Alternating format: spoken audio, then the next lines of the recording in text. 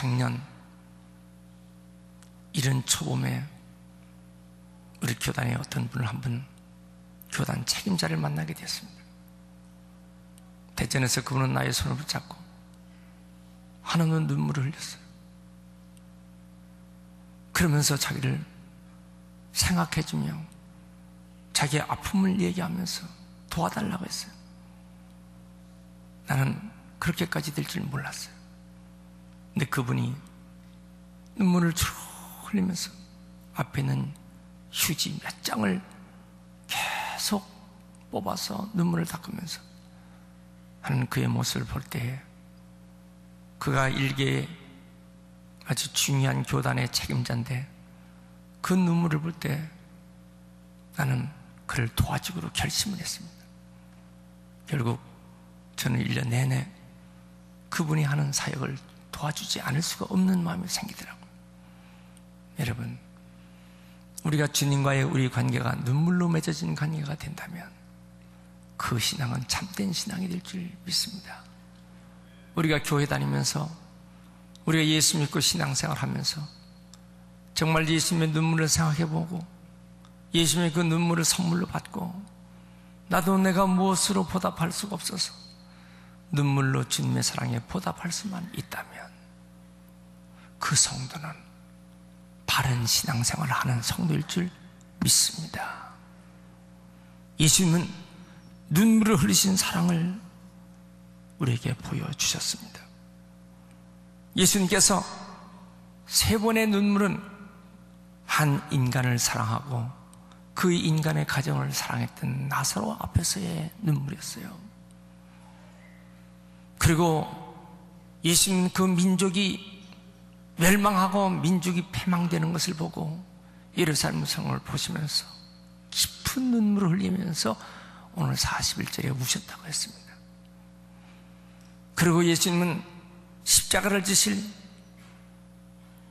지금 내가 하나님 아버지의 그 구원의 길을 이루시기 위하여 겟세마네 동산에서 통곡하며 우실 때는 아버지 할만하시거든 이 잔을 내게서 옮기시옵소서.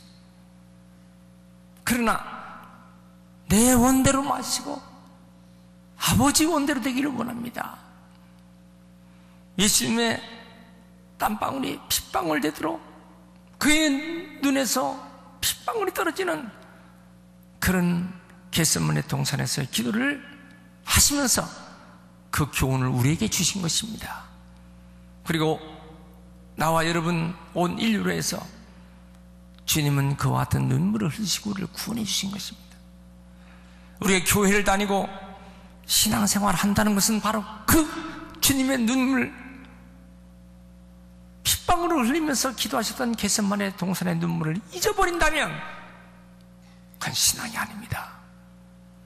여러분, 우리가 교회에 오면 좋은 일, 즐거운 일, 행복한 일 이런 것만 생각하지만 사실 주님이 그렇게 우리를 위해서 피눈물을 흘리셨던 그런 것을 깊이 생각하는 신앙, 이 신앙 속에 참된 헌신이 있는 것이고 이 신앙 속에 참된 믿음의 길이 있는 것이고 이 신앙 안에서 우리의 갈 길이 생겨날 줄 믿습니다.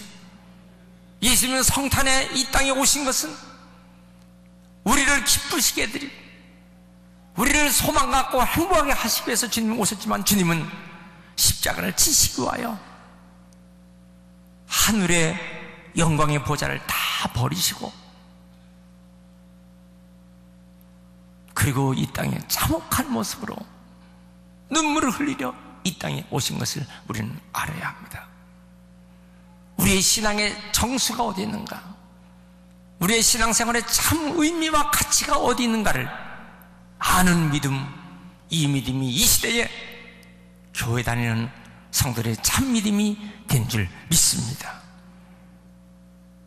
여러분, 눈물 젖은 빵을 먹어보지 않는 사람은 인생을 논할 수 없다고 괴테는 자기 글을 쓰면서 눈물 젖은 빵을 먹어보지 않는 사람, 슬픔에 찬 밤을 눈물로 지새워보지 않은 사람, 이들은 하늘의 힘을 알지 못한다고 그랬어요. 우리의 신앙생활에 눈물을 흘리면서 신앙생활했던 그런 흔적들이 있어야 하늘의 신비한 힘을 받을 줄 믿습니다. 천상의 권능을 우리의 삶의 길로 인도해 주시고 불쌍한 사람을 죄인으로 만들어 고통을 겪게 하시지만은, 그러나 하나님은 나를 위해서 지금도 눈물을 흘리고 계신다는 이런 사실을 아는 사람은 그가 어떤 위기에서도 주님을 붙잡고 다시 일어날 줄 믿습니다. 이 땅에 살면서 어머니의 눈물을 먹은 자식은 효자가 됩니다. 선생님의 눈물을 먹고 자란 제자는 역사의 길이 남을 제자가 되는 것입니다. 목자의 눈물을 먹는 성도는 생명을 건 동역자가 되는 것입니다. 저는 이 말씀을 준비하면서 성도들을 위해서 눈물로 기도한 그 기도를 받는, 말씀을 눈물로 함께 받는 성도는 반드시 이 시대에 빛난 성도가 되게 만들 줄 믿습니다. 두 번째, 주님의 눈물을 먹은 종이 있다는 걸 알아야 돼요. 이 세상 가장 숭고한 삶은 무엇일까? 예수님의 눈물을 먹는 사람이 되어야 합니다. 예수님은 성찬식에서 이것은 내 피니 마시라, 이것은 내 살이니 먹으라, 주님께서 그렇게 말씀하신 것은 예수 그리스도의 정신으로 살아가라고 말씀하신 것입니다. 주님이 우리에서 흘리신 눈물을 깨닫고 그 눈물을 내 가슴으로 받는 사람은 주님의 눈물의 인생처럼 우리도 주님과 하나가 되어서 정말 위대한 그리스도인, 크리스찬으로 살아가게 될 줄 믿습니다. 저는 신학교를 졸업하고 어려운 교회를 부임했어요. 그 메탄 교회를 부임했을 때에 고난주간 금식하면서 성전에 들어오는데 성전에 걸려있는 십자가를 바라보고 갑자기 주님의 음성이 들렸어요. 엘리 엘리 라마 사박다니, 나의 하나님 어찌하여 나를 버리시나이까. 그 음성이 듣는 순간 그 앞에서 그냥 무릎을 꿇었어요.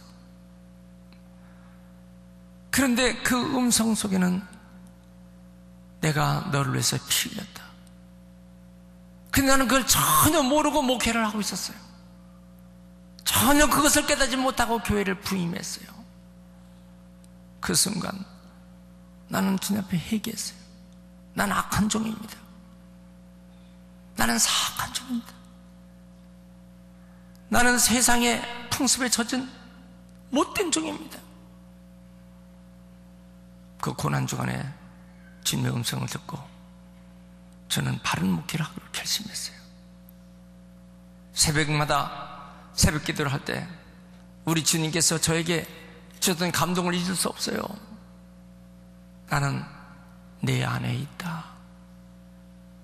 주님이 내 안에 계시기 때문에, 주님이 내 안에서 눈물을 흘리고 계시기 때문에 나는 그 주님의 눈물로 오늘 여기까지 이렇게 서서 여러분들을 섬기면서 교회를 섬기게 되는 줄 믿습니다.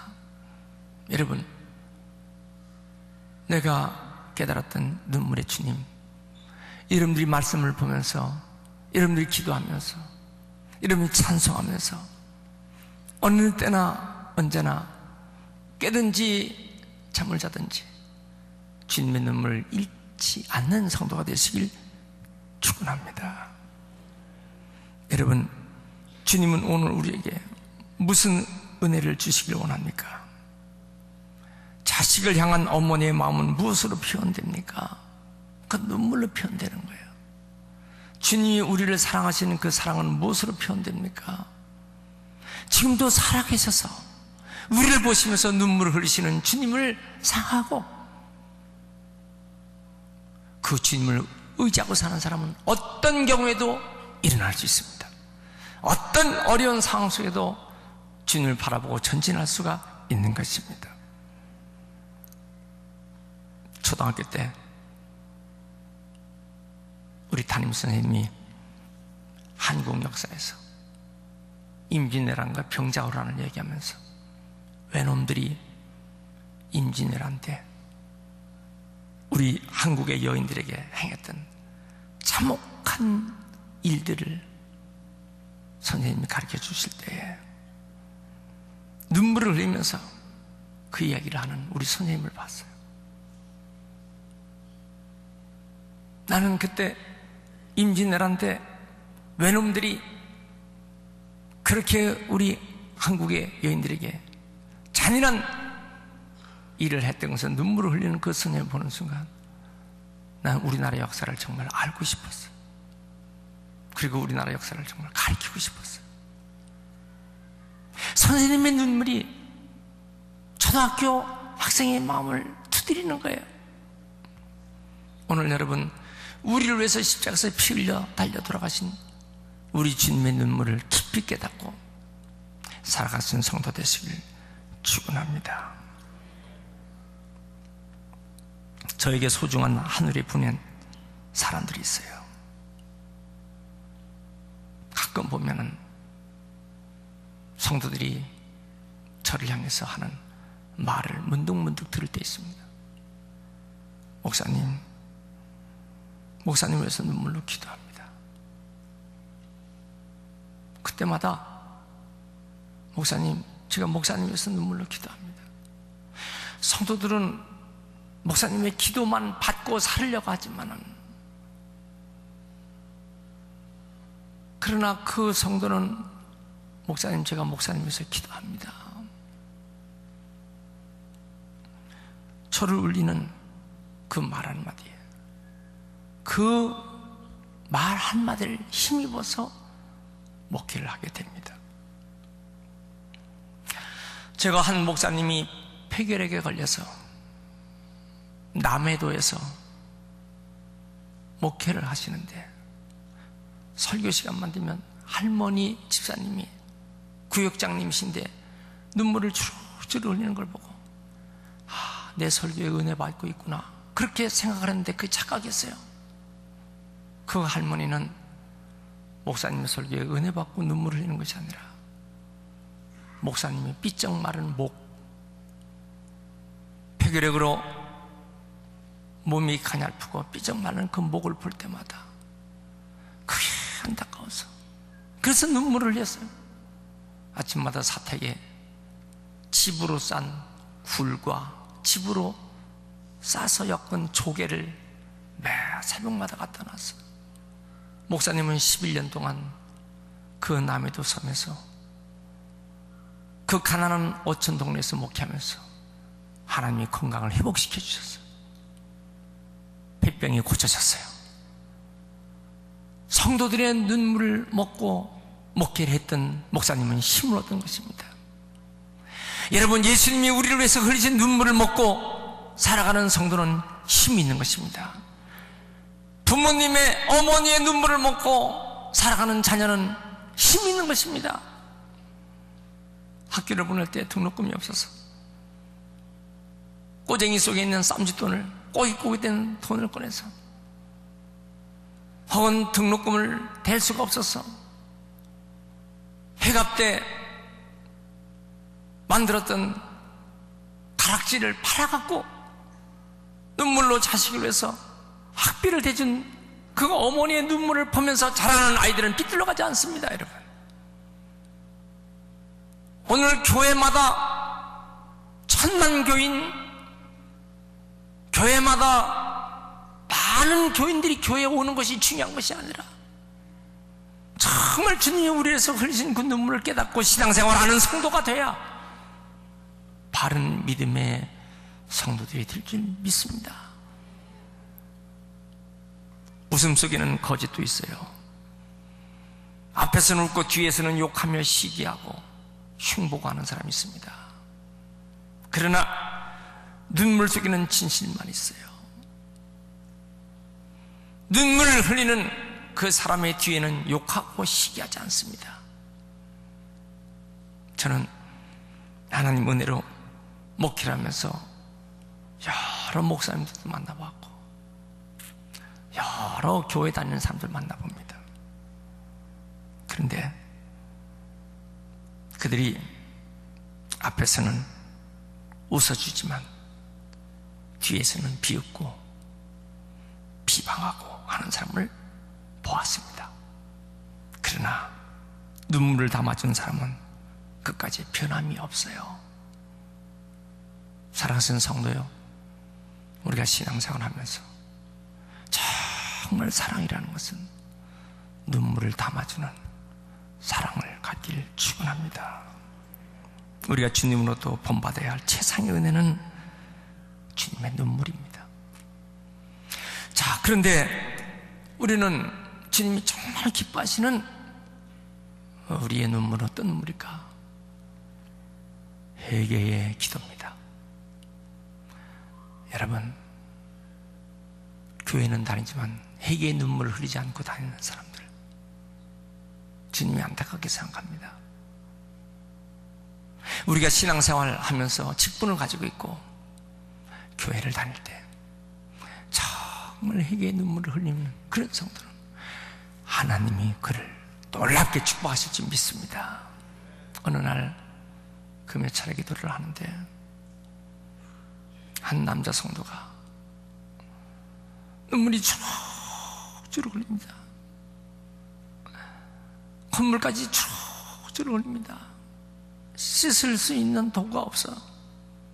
난 그것을 보고 하나님께서 저 남종을 귀하게 쓰겠구나 깨달았어요. 여러분, 영락교회 성도 여러분, 열심히 교회 다니시는 여러분들의 모습을, 눈물로 회개하는 모습을 늘 주님 앞에 보이는 성도가 되시길 축원합니다. 46절 내 집은 기도하는 집이라 하였거늘 너희는 강도의 소굴을 만들었도다 했어요. 성전은 기도하는 집입니다. 기도의 제물이 되어야 합니다. 기도하지 않는 집으로 만든다면 강도의 굴이 되는 것이에요. 강도란 자기가 주인이 아닌데 주인 노릇하는 게 강도거든요. 그런데 사도 바울은 우리의 심령이 성전이라고 했어요.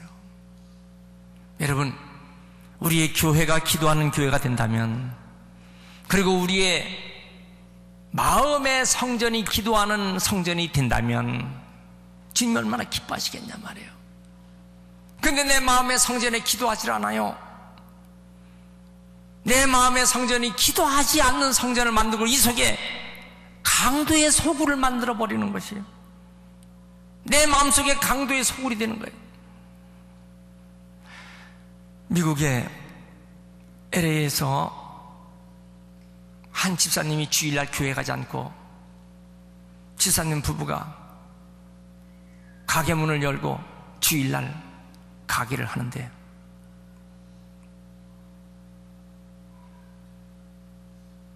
갑자기 문이 확 열리더니만 흑인 강도가 총을 가지고 들어와서 다 엎드려.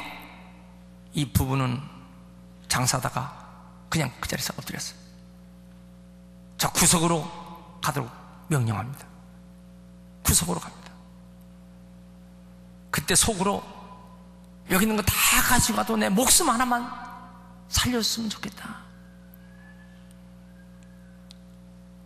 강도는 금고문을 열으라고 그랬어. 금고문을 열으니까 자기 가방 가져온 거에 모든 걸 다 쑤셔놓고 좋은 물건 다 집어넣고 천장을 향해서 몇 방 총을 그냥 쏴버리고 그러고 나갔어요. 그런데 그때 갑자기 자기 목숨이 살아있는 건 감사한데 한순간 어떤 생각이냐면 내가 하나님 앞에 주님 목숨만 살려주시고 다 가져가도 좋으니 목숨 하나만 살려달라고, 주님 앞에 다 바치겠으니 목숨 하나만 살려달라고 한 번도 한 적이 없고 나는 강도에게 그렇게 했단 말이에요. 내 신앙이 하나님을 강도보다도 못하게 하나님을 섬겼던 자기 생활을 회개하면서 그 사람이 쓴 글에 보면 나는 내 속에 강도를 키웠구나. 세상의 물질의 강도를 키웠어. 세상의 강도를 내 마음에 뒀지 내 마음에 하나님의 신을 두지 않고 강도 신을 내 마음에 두고 살았구나. 그는 그래서 펑펑 눈물을 흘리면서 회개했다는 기록을 제가 읽었어요. 여러분들의 마음에는 정말 하나님, 유일하신 나의 하나님, 나의 주님을 모시고 사는가? 그런 마음으로 기도하고 사는가? 아니면 세상 물질들의 강도로 우리들의 마음을 가득 채우고 있는가? 너희가 집을 기도하는 집으로 만들고 있는가? 아니면 강도의 소굴로 만들고 있는가?